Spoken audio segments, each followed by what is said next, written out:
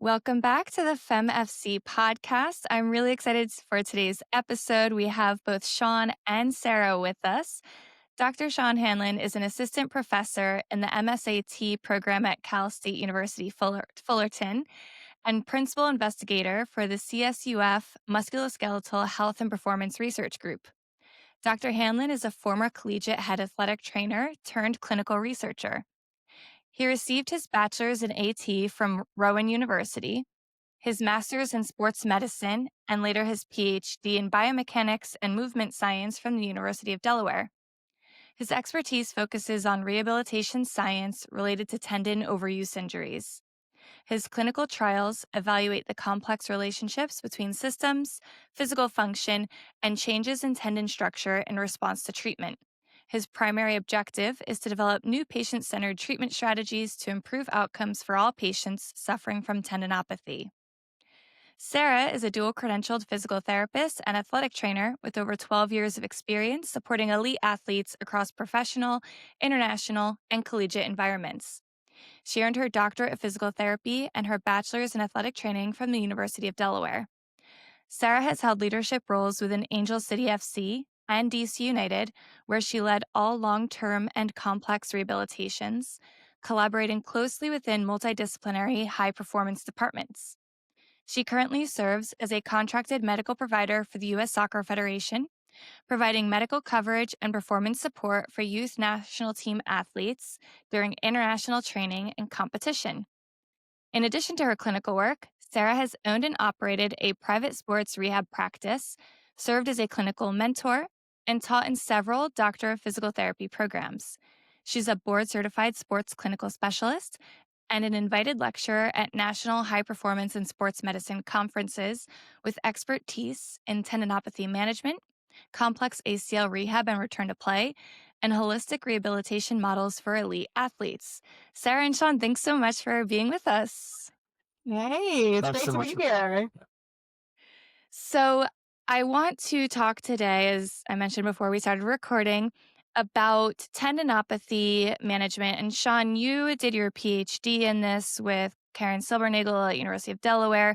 And Sarah, you've seen this manifest clinically in soccer players across the span of your career. You gave a great presentation on this at the Elite Soccer Rehab Conference. And so I think this will be a really good episode to hear the marriage, no pun intended, because Shawn and Sarah are in fact married, of the research and evidence with the clinical presentations and implementation in the population that we're interested in here at Femme FC, which is soccer players. So, Shawn, would you mind just kind of getting started on what your PhD looked at, what we know about tendinopathies, the pathology, the symptoms, structural changes, et cetera? Kind of give us a little brief overview on what your PhD looked at and why you studied that. Absolutely. I think it really originated with the problem that we have in clinical practice that we have a effective treatment, exercise therapy, modifying activity, but it seems like 4 out of every 10 people don't respond to this treatment. And so the question that really kept me up at night was, if this treatment works so well, why doesn't it work for everyone? And then what makes those people different that don't respond? Do they just need more time? Do they need something else? And so for thinking about reconstructing this, we had to start thinking differently about what is tendinopathy. And so really in the last 25 years, we've seen this rapid evolution in what we understand as a clinical presentation, and then also how to even just define tendinopathy.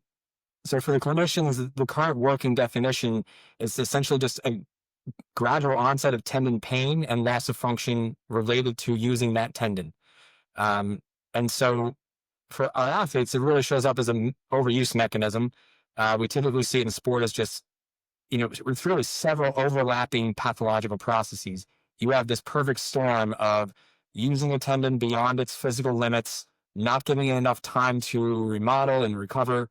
But then there's a person attached to that tendon that you have to deal with as well. They have frustrations, they have challenges that will modify the expected recovery trajectory.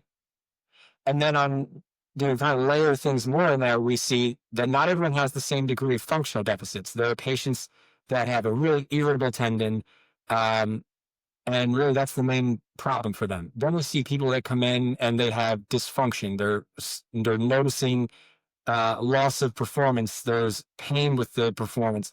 There's lingering symptoms the next day. And then even one layer deeper, we start to see people with degenerative changes in their tendons. So on ultrasound exam and different types of assessments, we're seeing the stacking problem now, symptoms plus dysfunction. And then we see degenerative changes at the tendon level, at the tissue level. And then you wrap all that around with the person that you're dealing with has their own challenges, fear of rupture, things like that. So my PhD is really focusing on, all right, we are developing these profiles of people. Can we use that information to really distinguish the different types of patient profiles that exist among the entire general population? It's not just a sports injury. Actually, the majority of people are non-sports active. And then does that affect their recovery trajectories? We have this gold standard of care for rehab. Who does that benefit the most? And then are there adjunct treatments that are maybe going to help other people a little bit better? Yeah, and so you mentioned there that and you kind of touched on the different subgroups that you came up with in terms of the patients who are the activity-based ones, and so those are more of like the active, tend to be a little bit younger. The functional group where it's, maybe they have less kinesiophobia, but more functional deficit than the activity group, and then there's structural, and then the more psychosocial group. And it's interesting as I read through some of your work, we see in pro sport all the time, and Sarah, I know you can attest to this, that there can be an over reliance on imaging to help guide treatments and prognosis. And it's interesting, Shawn, that you mentioned that there is kind of this mismatch between what imaging shows and what the symptoms and presentation are. Do you mind talking to that a little bit? Absolutely. So when we think about this as a pathogenesis, so from the day someone shows up and says, I'm feeling some tendon pain, the evidence has revealed over the past even maybe like 5 to 7 years, um, those symptoms are preceded by months to even years of upregulation and tendon degeneration and basically like a remodeling process that doesn't exist in healthy tendons. So it's almost like symptoms are the last piece of the puzzle that shows up. We find that there are people that are asymptomatic that have tendinosis. Degeneration is visible on ultrasound imaging, and it doesn't really seem to have much of a relationship. You can have someone who's really irritated, high pain sensitivity, and their tendon looks great. There are no pathological findings on ultrasound or on MRI. And then the opposite, we have people with really fat, degenerated tendons, and there's no symptoms, or it comes and goes. It's intermittent. So we definitely see a big relationship there. So in that vein of thinking about treating the patient, not the image, I think it's important to have imaging when things aren't adding up and your diagnosis or your treatment plan isn't really showing any kind of response. Imaging is really useful to rule out other mimickers of tendinopathy. So that could be bursitis, that could be calcifications, intratendinous, or at the osteotendinous junction. There's additional structural abnormalities that can happen. People look at, for the Achilles, there's accessory soleus.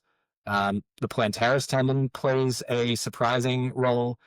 Some people have plantaris tendinopathy, and for the clinician who isn't aware of that, they're palpating and squeezing an Achilles, and they say that, oh yeah, that hurts. But in reality, it's the medial border. It's all up and down the tendon. It might be something else. That's really where imaging, I think, has its main value, but it's not necessary, in my opinion.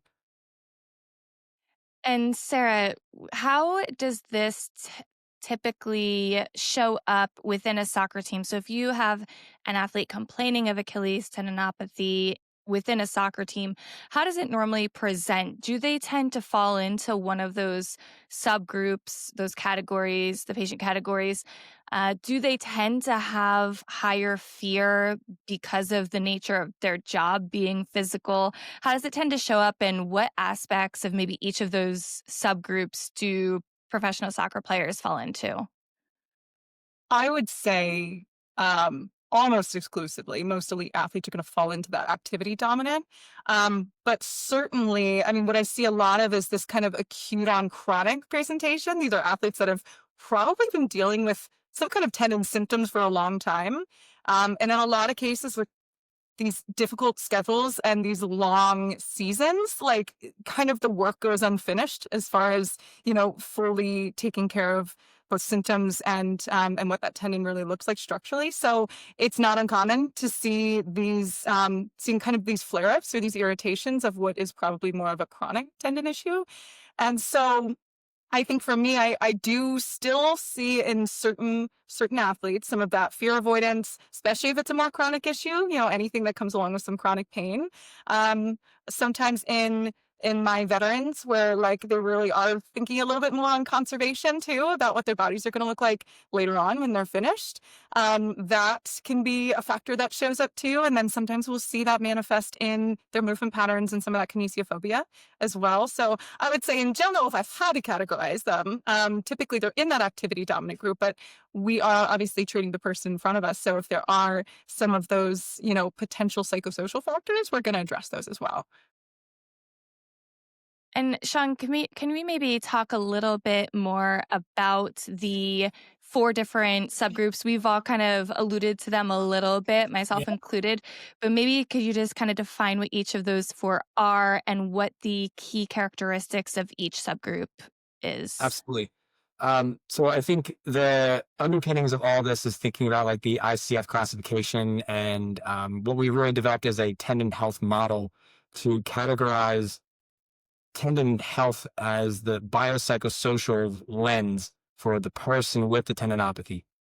So thinking about the variety in person and the degree of deficit or severity in symptoms, physical function, patient-related factors, psychological factors, and even just their measurement of their tendon structure and changes at the tissue level. The subgroups essentially were formed through it's data-driven across a group of maybe a little more than 100 some people. General population, recreational athletes, some competitive athletes between 18 and 65 years old. So we're trying to really capture who get tendinopathy in the general population. So those subgroups, what we came out with, the activity dominant group that we labeled these basically on what the numbers came out as and the outcome measures that we use to represent those 5 domains of tendon health. And so, as you kind of alluded to, our activity dominant group are the most active. Those are probably our athletes, our recreational runners, the people that are still under 40 years old who are training for something, competitively participating in sports. And we see that relative to all the other patients that come through your door, they're the ones that have the minimal effects in all of these categories of tendon health. They're really just painful. And some of them have functional deficits plus pain. And some of them have a little bit of psychosocial factors there. But in honestly, what we start to see is actually they have low fear. They don't want to stop loading. They want to keep training. The function dominant group is the next one that was kind of done in a second trial that we did where we wanted to track 6 months of treatment and see if outcomes varied among these groups. The function dominant group is just the next generation of activity dominant. They're the same people profile wise, but they're 10 years older. They're a little bit slower. They're a little bit heavier, and they have the same exact profiles. Now we're starting to see more profound reductions in function. So their jump heights are affected when you evaluate contralaterally.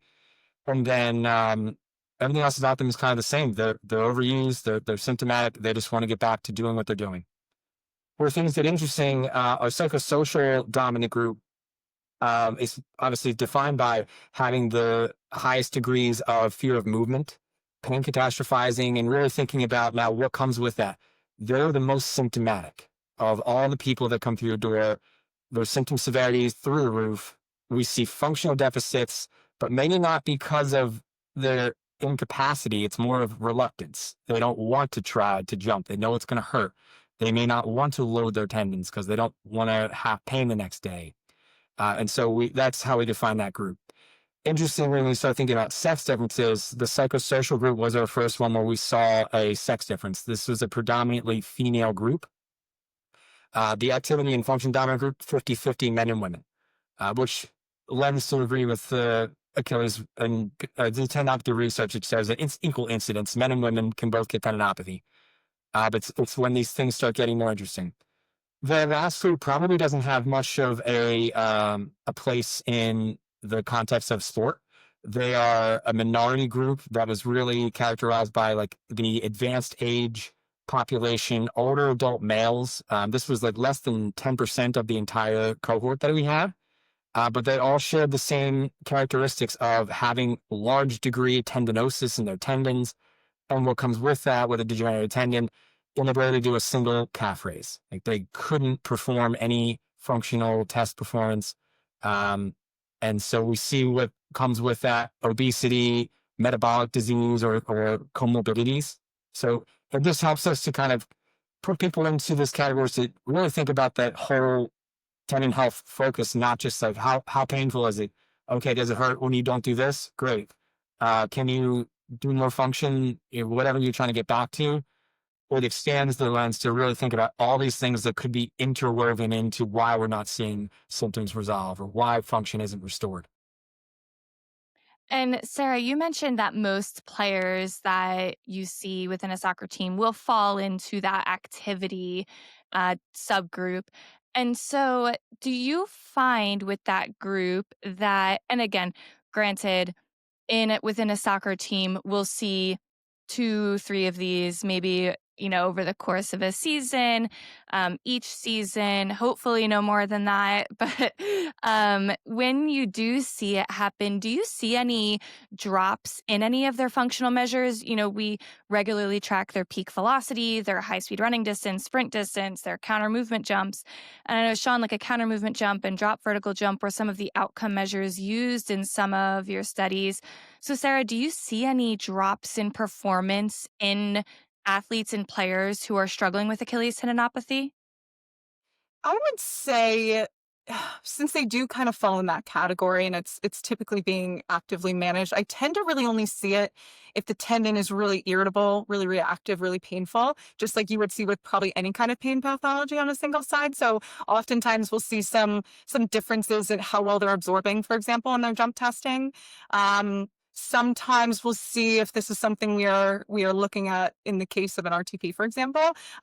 If they do have a lot of pain with isometrics, like max isometrics, like that might show up in their testing as well, their strength testing. And then obviously that makes it a little difficult to actually use that measure and its validity. So I think it depends on the irritability of the tendon mostly. I think if you happen to have a tendon that falls a bit farther down the spectrum to be more like deeply degenerative, I think you'll more consistently, this may or may not come with symptoms, see same thing, like some changes in their absorption qualities, in their ability to rebound in their jumps with their force plate measures. And so I would say either if they're highly irritable and painful, we'll see that from a pain provocation perspective, or if they're pretty deeply degenerative, we'll see that just from a tendon function perspective. So yes, sometimes, but I think you got to make sure you know why in that case. And I can add to that, think about what we typically see in our testing battery. If pain is minimal, that's usually their stronger leg. They're jumping higher on that involved limb.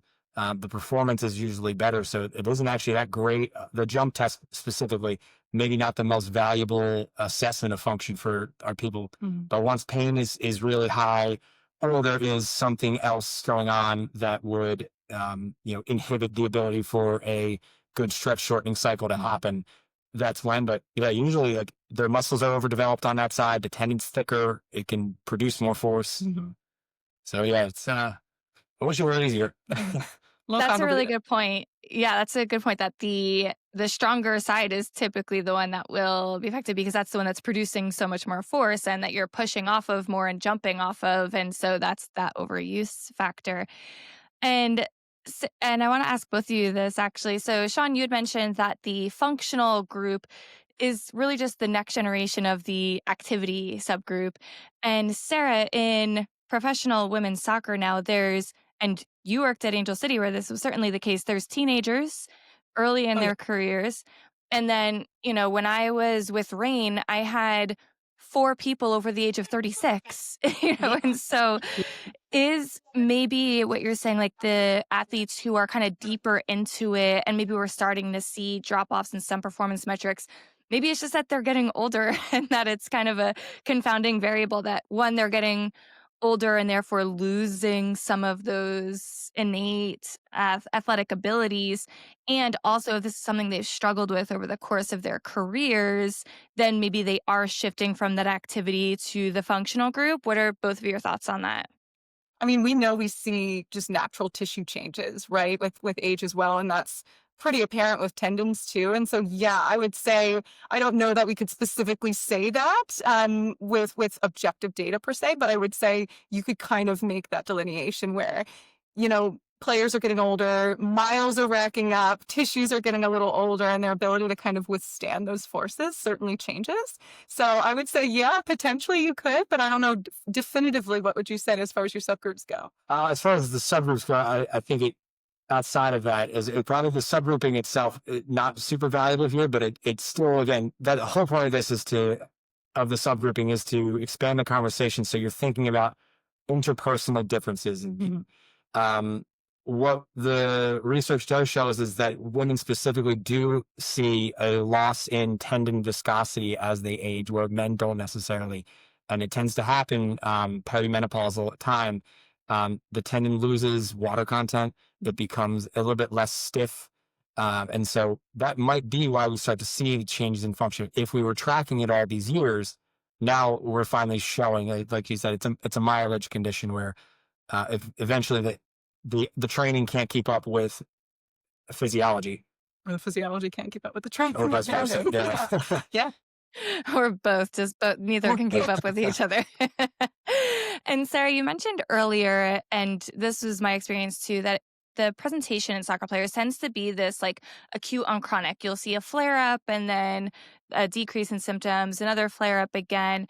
And Shawn, I know that you did a study looking at acute versus chronic presentations. There is, the less than 3 months, the 3 to 6 months, 6 to 12 month group, and that there wasn't really a big difference in prognosis, whereas maybe the thought initially had been the longer you've had this, the longer it'll take to resolve. So can you talk a little bit to that study and what acute versus chronic and tendinopathy means? Does it matter? Does it not? How we manage them differently or the same? And anything else that came out of that study? Yeah, I think it depends on your biases and where you land on whether or not symptom duration is important to you. It kind of, when that study was published, or when we wrote up that study, there was an interest in capturing early tendinopathy. If you look across studies, part of the inclusion criteria, a very common one for tendinopathies, is you need to have symptoms for at least 3 months before we will enroll you. So we miss out on those early symptom stages. And so some group in I think it was in Europe, I forget where, did the opposite. They said, let's find people who had less than 3 months of symptoms. And this was really what first challenged everything that we thought about symptom duration and chronicity being a difference. They found the same degenerative changes in tendon in these early tendinopathies compared to people that had, greater than 3 months for long periods of time. So we had the data set to ask that question along the spectrum. We had people in our study from 2 weeks of symptoms spanning over to 2 years plus of symptoms. And 2 things come up. One is like the disconnect between symptom onset and symptom duration. So I think that gets a little bit in the weeds. But then for certain studies, we use symptom duration as a covariate, meaning that we try to make that equal across all people when we're making comparisons and judgments in our outcomes. And so our study was one of the first to really blow a hole in that theory, to say we're seeing the same clinical presentations across the timeline of symptoms. And so maybe we shouldn't be changing our treatments, influencing it by how long have you had symptoms. This is chronic. And I think it comes from the idea of like, the further chronic you are, the closer you are to rupturing, or the earlier you are, the easier it is to turn it back around, and the shorter recovery timelines. So this was a short-term outcome study. Everyone received the same silver nickel protocol, so progressive tendon loading over minimum 2 days a week, daily body weight loading, activity modifications. And at 16 weeks, we just looked at like, what's the immediate response to this treatment? And everyone had the same trajectories in response across every domain of tendon health. Symptoms had a very similar improvement, really not a lot of changes in tendon structure, which tells us that the early symptom people don't have a quick reversal. The chronic people don't have this massive reduction when all of a sudden we start doing all the right things. So it really just helped us say that maybe you shouldn't really be leveraging symptom duration as a decision maker with your treatment plans, or with avoiding certain activities or promoting certain activities. It seems to be all equal. And Sarah, that kind of is liberating in a sense for working with athletes in the team setting, because one, it's really, like you said, it's really difficult to even try to group them as like chronic or acute based on symptom duration, Uh-huh. because they'll say they've had it since college, so it's Mhm. been years. Or you have a 37-year-old professional athlete and she's been struggling with this for the past decade of her career, but Yeah. it comes and it goes, and it'll be bothering them and then it won't be. And so it, like I said, it's kind of liberating in a sense that like, okay, like just treat the person and treat what's Mhm. going on. So Yeah. Sarah, I'm curious, what do you see brings about kind of these acute onsets and these increases in symptoms in the athletes who maybe have had this going on for a while or have had this in the past? What makes this kind of an acute on chronic thing? What are some of the irritants that you've found? Sure. Well, definitely spikes in load are a big one, especially in those more potentially irritating loads like high speed running, sprint distance increases, X cells and D cells, those kind of things that can be more irritable for a tendon. So we, across the board for lots of injuries, we're keeping a close eye on our load indexes and making sure that after things like an off season or like a mid season break, that we're not ramping up too quickly to prevent a lot of things, but especially with irritable tendons, that's pretty key. And the other thing I tend to see, and this is just so tough for athletes that are in season pretty consistently, and then where they might get a break, they typically have to go off and work with their international team as well. And so I think things have only gotten better from a communication standpoint between, the US team and the international teams, as well as with our club teams too. So I feel like that's only going to get better as far as trying to control loads based on some things that might be going on. So, but I know that wasn't always the case in the past. And so that can be really tricky too. And so if you don't know what's going to happen, what kind of loads they'll be exposed to when they're away, and then they come back and they might be more irritable, and now you have to continue your season and somehow get this under control. That's always tricky when things are kind of out of your hands. But spikes in loads for sure.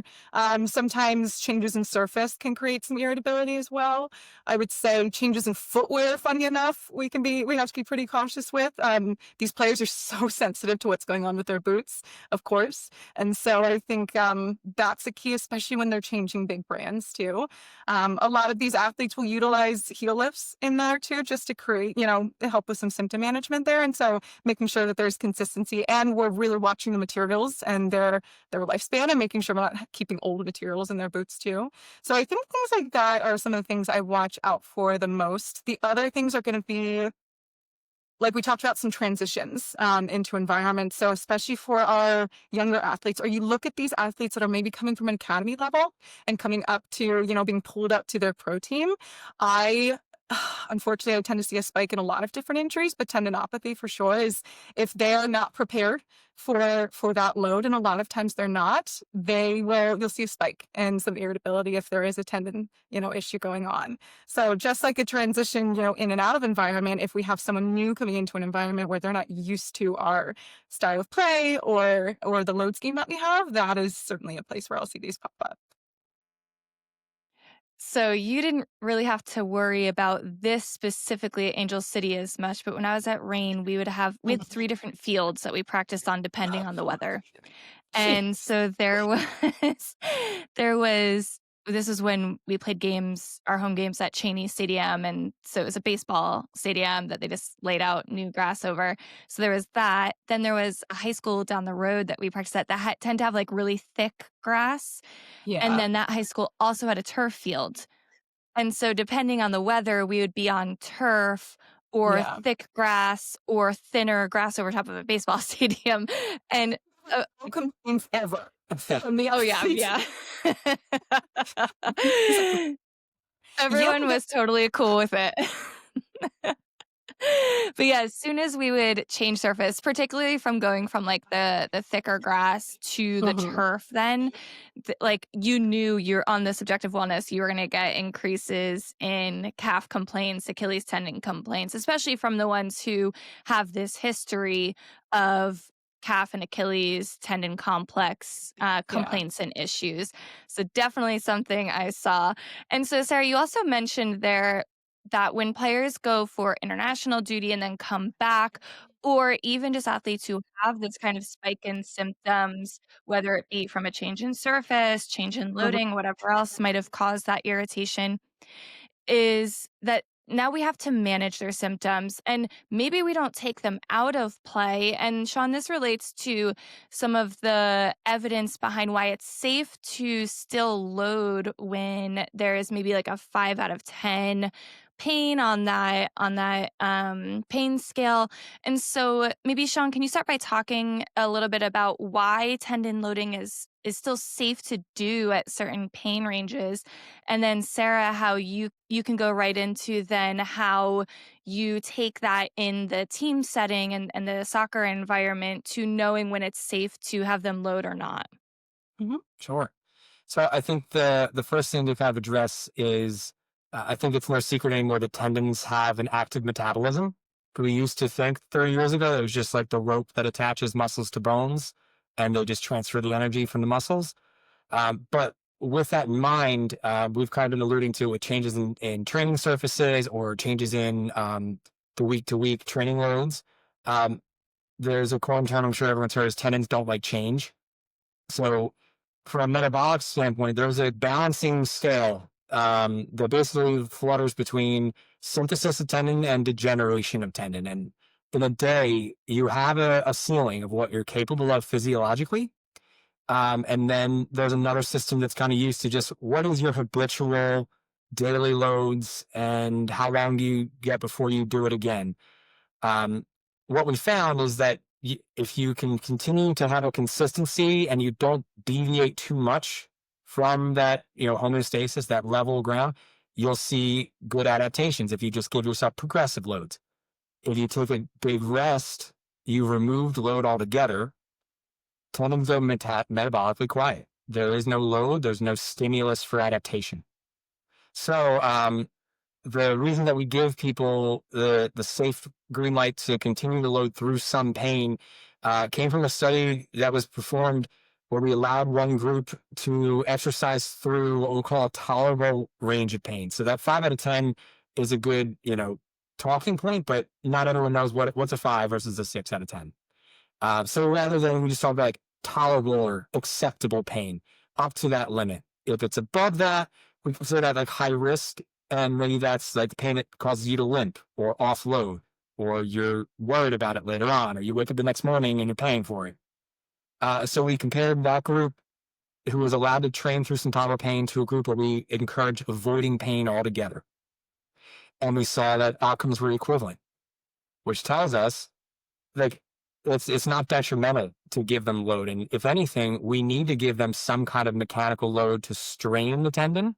And that's really the the science behind why I give people exercises. If a tendon is stressed, it kicks off a cascade of biochemical signals to make a tendon healthier, to stiffen it, to reorganize its collagen, all those things.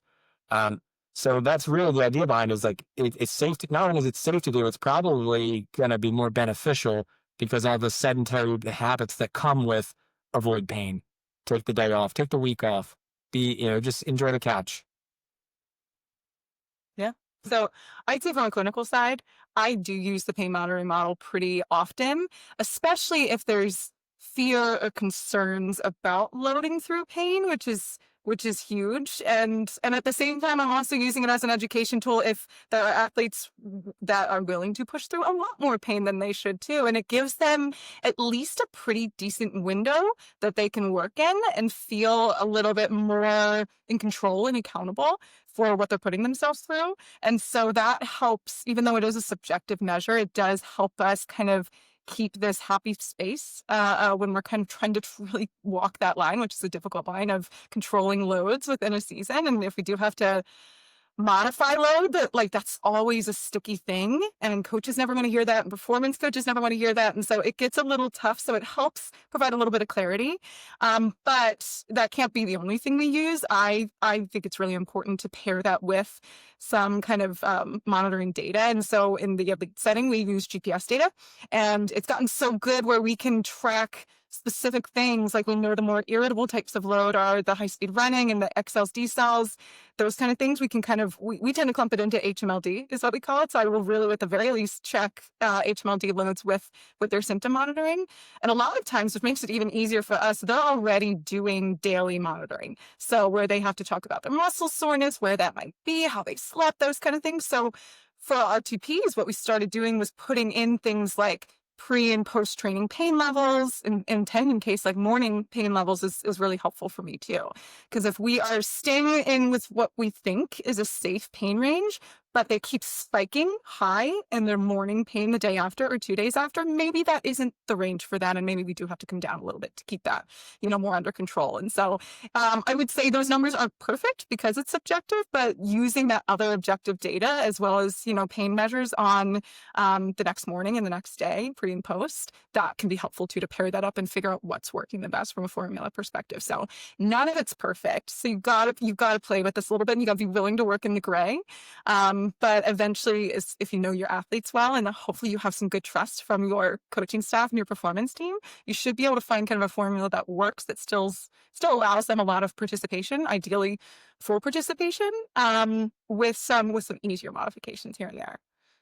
And I'd like to add to that, thinking about two things. One, it gives your players a voice in some ownership over their treatment and their progress. Mm-hmm. Now they have this window that they need to monitor. We can give them all those prescriptions and limitations and encouragements, but they're the only ones that really know.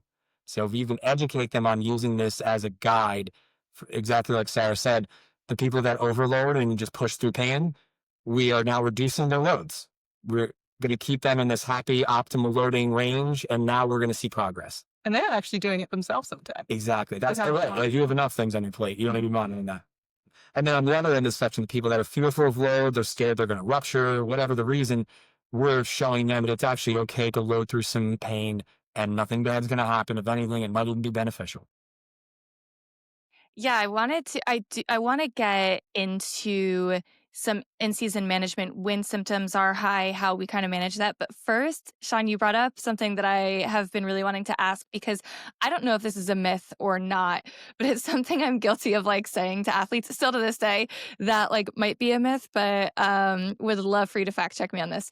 I don't know if I heard this once or read this once around the fear of the risk of rupturing, is that if your tendon is currently painful, you're less likely to rupture it at that point in time. Again, no clue where I heard this or read it or anything, but yeah. I took that and I was like, oh, I love this. I'm going to use it, not knowing if it's true or not. Is that true? Is it not? I mean, true and false. I'm in the business of science where things change, so I don't know. I'm going to steer it in those words. But the evidence we have, we consider a painful tendon to be a separate etiology from a ruptured tendon. There is no precursor pain in ruptures. It just, it happens. But pain, now that's a different etiology. If anything, that pain is protective. You probably are less likely to input those kinds of high strain loads to the tendon that do cause a rupture. And we don't have a lot of evidence that, like, to really show that relationship between tendinopathy and eventual rupture. Again, that comes back to like biases and schools of thought, and I think personal experience. The study that I like to always cite on this shows that there's a 4% chance of tendinopathy rupturing in a pretty large cohort. So anyone's thoughts of it, things happen, but in general, yeah, I treat them as separate injuries. And I usually, as part of my initial conversation with an athlete or any patient, is this is not going to rupture if you keep doing the calf raises I'm giving you, or if you jump off that box today, it'll still be there. Cool. I feel good about my education now. It's something I tell myself too. Like, I just ran a marathon recently, and like the past couple runs, I've had a little bit of like Achilles stiffness on the left side. I'm like, oh God, please don't tear my Achilles tendon. And I'm like, oh no, it's a little painful right now. I'm not going to tear it. Well, good. Thank you for clarifying that and making me feel better about it. So I do now want to get into the management, especially, sorry, it's a long season, right? In the NWSL, I feel like just the season keeps getting longer. And before that, you worked in the MLS, which like very long season as well. And so what are some strategies that you found when someone does have this kind of flare up in Achilles tendon pain? But as you both said, it's still safe to load. You're still monitoring those certain metrics and making sure that it's still safe enough for them to continue loading. And you're not increasing symptoms. How do you help them manage it during the season, whether that be from heel lifts, some treatments that might be helpful, treatments that are not helpful, things that we just don't know. Maybe they help some, maybe they don't. And then what kind of outside, like off pitch work are you doing maybe in the gym or in rehab sessions to help with that? Yeah, I'd say, like you mentioned, I mean, these seasons are 10, 11 months long sometimes if you're getting into the postseason. It's really, really difficult to, if there's someone who is pretty far down the rabbit hole and you've got to do some remodeling there and some loading, you don't have a lot of wiggle room there before the next season is starting, especially if they're international athletes. So very, very difficult with certain athletes in that case. And so you can't rely on the off season to, have, yes, a little recovery, but not necessarily be able to fully remodel a tendinopathy to the point where they're resolved, right? So it's going to take months and months and months. So in this case, when we're in season, for me, the focus is going to be on symptom management, like you mentioned, and we'll utilize modalities a lot of times, again, mostly for pain. Sometimes we'll use things like BFR, not so much for the loading scheme because it's actually going to underload. So I don't recommend it for that, but I will use it for that pain modulation sometimes. So sometimes I'll use it as a warm up and let them just get started and get their tendon moving and get some blood flow, or lack of blood flow in that case. But I'll use it for the cascade for pain modulation, and then I'll get them into their loading from an activation perspective. I've seen clinicians that try needle tendons, which I don't necessarily agree with, but again, it could be placebo. There is often a pain modulation effect there. Otherwise, there's laser. There's lots of different things out there that we don't have enough research on to really say whether or not it's truly effective. What we do know is that it's not curing a tendon. It's not fixing a tendon by any means. And a lot of the studies that we do have are showing that modality use alone isn't even enough for pain modulation. Typically when it's paired with some kind of loading plan and loading scheme is where it's going to be most effective. So arguably the focus should be on load, and that can look a lot of different ways. So when we are in season, it's really hard to you can't pull back and focus just on progressive, the anabolic loading. You kind of have to work around what you have, since the priority is going to be them being on the pitch as much as they can, and they're prioritizing their training and their game loads. So typically athletes are going to be doing 1 to 2 lifts a week during the regular season. That's assuming we're on kind of a regular structure where it's just one game on the weekends, for example, or one game in the week. So in that case, they're typically doing 1 to 2 typically going to be like match day +2 or match day +3. And since they're already going to be in the gym loading, if they're, let's say, already doing a lower body push on this day, and more than likely they do already either have some calf work or they already have some quad work, depending on, the body area that we're dealing with, I'm going to obviously have a conversation with our performance coach and say, I'd really like to sneak this in. And that might be, a few sets of that heavy, slow resistance. Or if they have isometrics already, I'll try to make sure it follows more of like my prescription that I know is going to be most helpful for them, and their load scheme in that case too. So I try to find ways where we can sneak it in when they're already doing loading in the gym. However, if you do have a highly irritable tendon, you might be also making modifications to what they're doing in the gym if they happen to have plyometrics in their gym program, and that is a super irritable factor for them at that point. I might say, okay, I know this is irritable. Can we maybe substitute this for some heavy, slow loading or something different that's a little less irritable, but still going to promote that tendon health in that case. And then find other ways to make sure we're still getting that fast plyometric effect, maybe without so much force going through the tendon in that case. And luckily with good gym setups, there's a lot of different ways you can do that. So I typically do need to work with our performance team and our strength and conditioning coaches to creatively find some ways to make sure we're not losing out on what they need for the rest of their body, but also making sure we keep that tendon pain under control. Otherwise, I'm a fan of things like heel lifts, and if we can make some small modifications to their footwear, I think that can go a long way. It just gives a little bit of slack to the tendon and takes a little bit of load and force away, but still allows them. It's not a big enough change where it's going to affect them on the pitch in any way. So I think that can be helpful. And otherwise, big picture here, the load not modification, but monitoring is really important. So using those GPS metrics that we talked about before and working really closely with your sports scientist and making sure we're keeping an eye on loads paired with symptoms and how we can keep that as managed as possible. And then so Shawn, you looked a lot using like the Silber-Nagel protocol in rehabilitating Achilles tendinopathies. And I guess my question is, within the context of a soccer team where they're already loading it most days of the week, I like kind of, Sarah, how you said, finding little chances to sneak it in elsewhere. And do you think it's reasonable to maybe think of like, okay, the Silber-Nagel protocol at first, it's the just, neutral heel raises, some seated heel raises. I think it ends up being like 120 heel raises a day or something like that. But like finding ways to sneak it in, Sarah, like you're saying, and then going into maybe from a deficit and adding some stretch through the tendon, larger range of motion, then adding in the plyometrics. Is that still kind of a reasonable framework, even if the prescription isn't exactly the same? Because again, they're still loading their tendon on the field and in other ways. Is that kind of how you would advise people working in soccer to use something like the Silber-Nagel protocol? Yeah, that's pretty close to exactly what I'd suggest. I think the main message I would tell clinicians that are in season is you're not getting them out of this condition in season. Your job is help them survive. And so the two strategies I give is load control, thinking about the amount of steps, the amount of XLs, decels, that you're monitoring those, and then knowing we know about tendon remodeling, it takes about 72 hours for a tendon to completely remodel from a high load. And we're talking about high load, like they're 6 out of 10 pain, they are sore the next day, and we've irritated that tendon. And so with that, the bodyweight calf raises that we're giving them, like if you look at our protocol, like stage 1 or phase 1 exercises, is slow, 3 second up, 3 second down. That's a 6-second repetition. You're not really loading your tendon that much. If anything, you are giving it some like medicinal loading.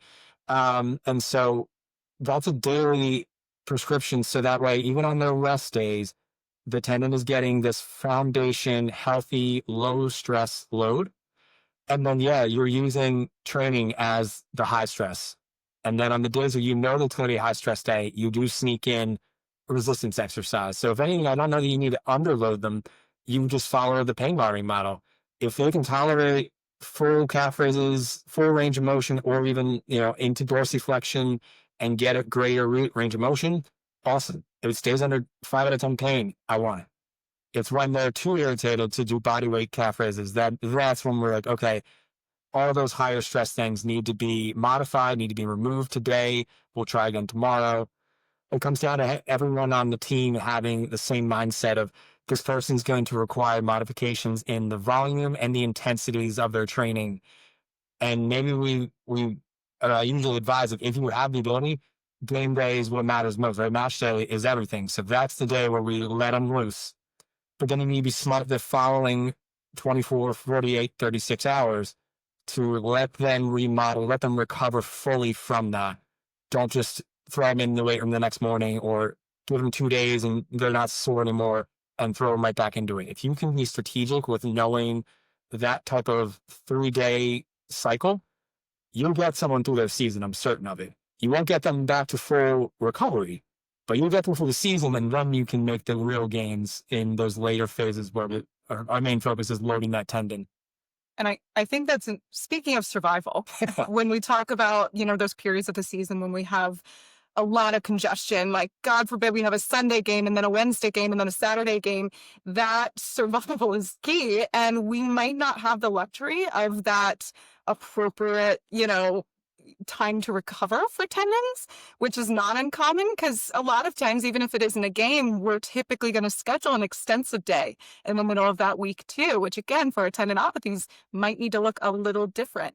So if you have the luxury of being able to control that undulation, it's really helpful. But a lot of times there isn't. A lot of times, for the most part, a well-programmed and a well-periodized training week is still going to give usually like 48 hours, if you're lucky, 72 hours before we see another kind of ramp up and spike. And so that's what it also did. It doesn't stop. That's where it gets kind of tricky for some of these highly irritable cases. And that's where it's like you really do have to hope you have a little bit more control over some modification in that case. But yeah, it's survival for sure. Yeah, but it's strategic. If you can look at the span of a 2-week or even the 1 week, where do we put our high load days? What are we going to do on them? And then how do we protect them the following day to just do these low load body weight exercises and give them restorative things that help with all the other symptoms that come?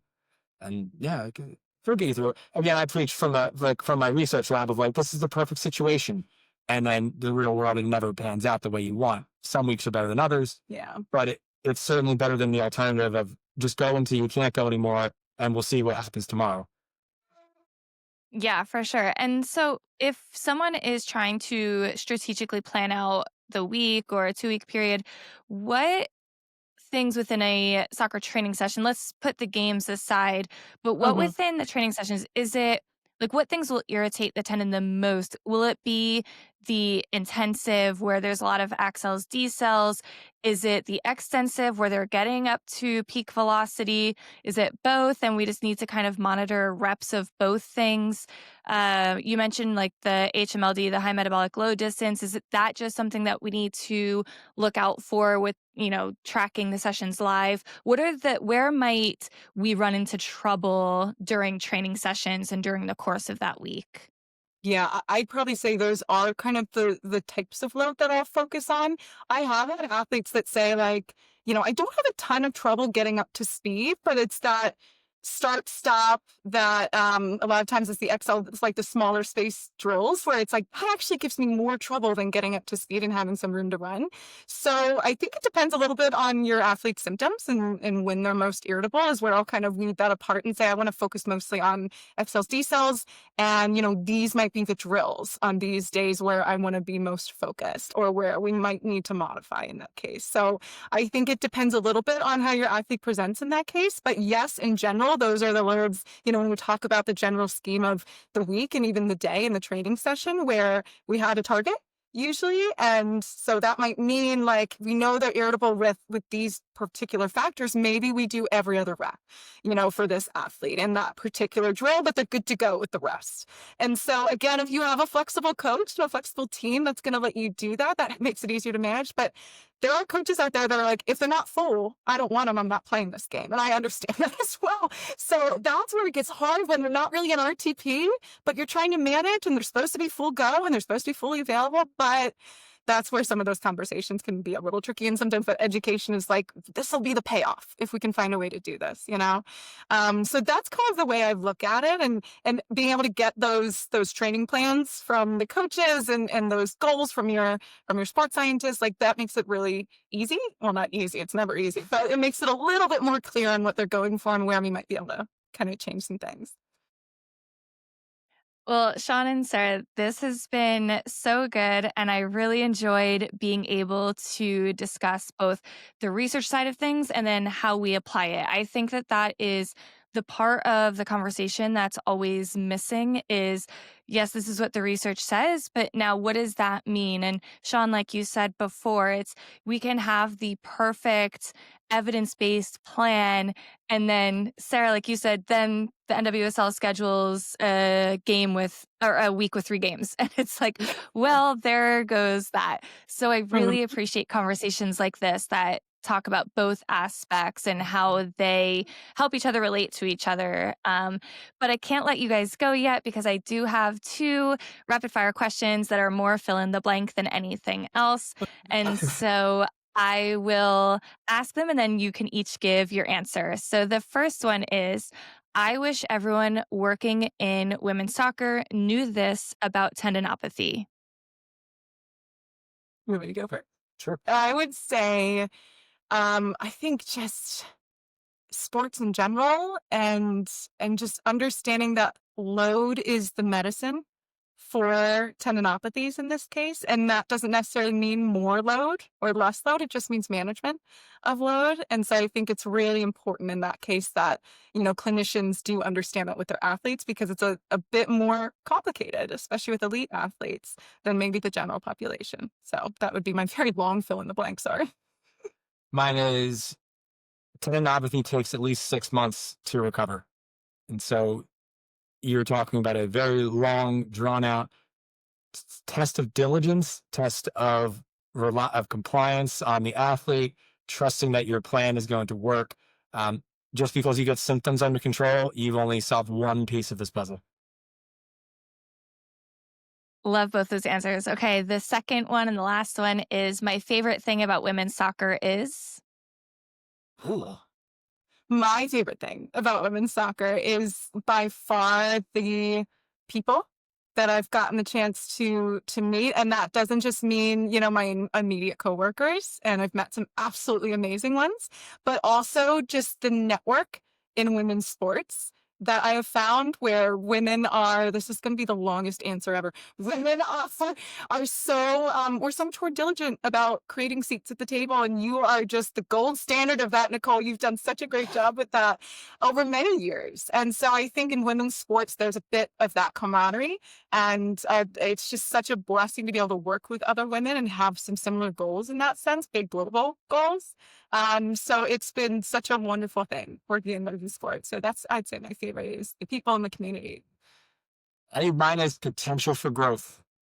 I think it's really cool to be doing what I do, doing what we do at this time in history, to see how year to year across all women's sports, it's not just soccer, all these doors that are opening, all these barriers that are dropping, the money that's pouring in, the attention that's grown, the caliber of the athlete, it's finally catching up to, the male dominated sports that have just, hot Sunday TV.